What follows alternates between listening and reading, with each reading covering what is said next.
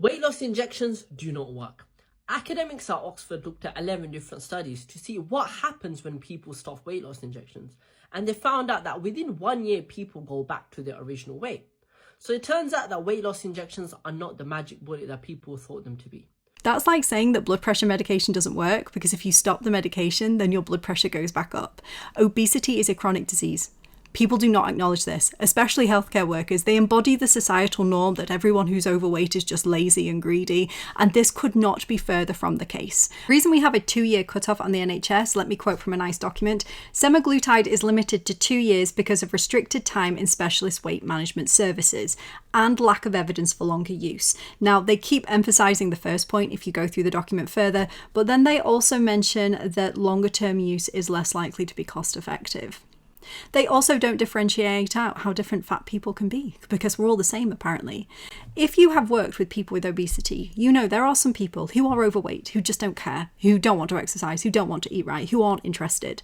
But there's also a lot of people who are really trying. You'll meet people who have spent their entire life battling their weight, and they have been very overweight and taken all that weight off, which is incredibly impressive, only to later gain it all back with some extra, only to do the same dance again, over and over and over again, to the point where their weight is going so high that now they're considering bariatric surgery, which is a huge undertaking, huge. And for people to get to that point and still to say, yeah, it's just because they're lazy, is pretty hideous. And I do think we're going to look back in a few years and think, how terrible was society? But how about we just start doing that now and acknowledge that some of these people may actually have problems that these medications can address. A problem with the NHS approach, which we all know with the NHS, with so many things, it treats the majority, not the minorities, or it lumps everyone together to the point where it doesn't actually treat individuals.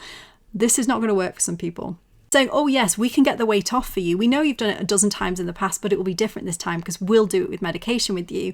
And then we'll stop you coming to the weight management clinic after 2 years. And then you'll regain the weight and we'll just make you feel bad about yourself because ultimately it's your willpower again. Or maybe you will have cut off the thing that was actually working.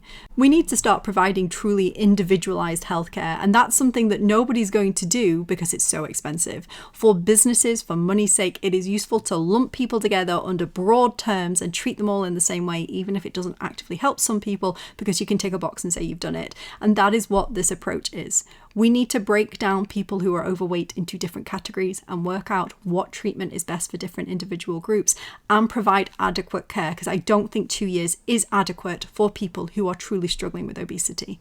And these medications are about so much more than just the physical weight for many.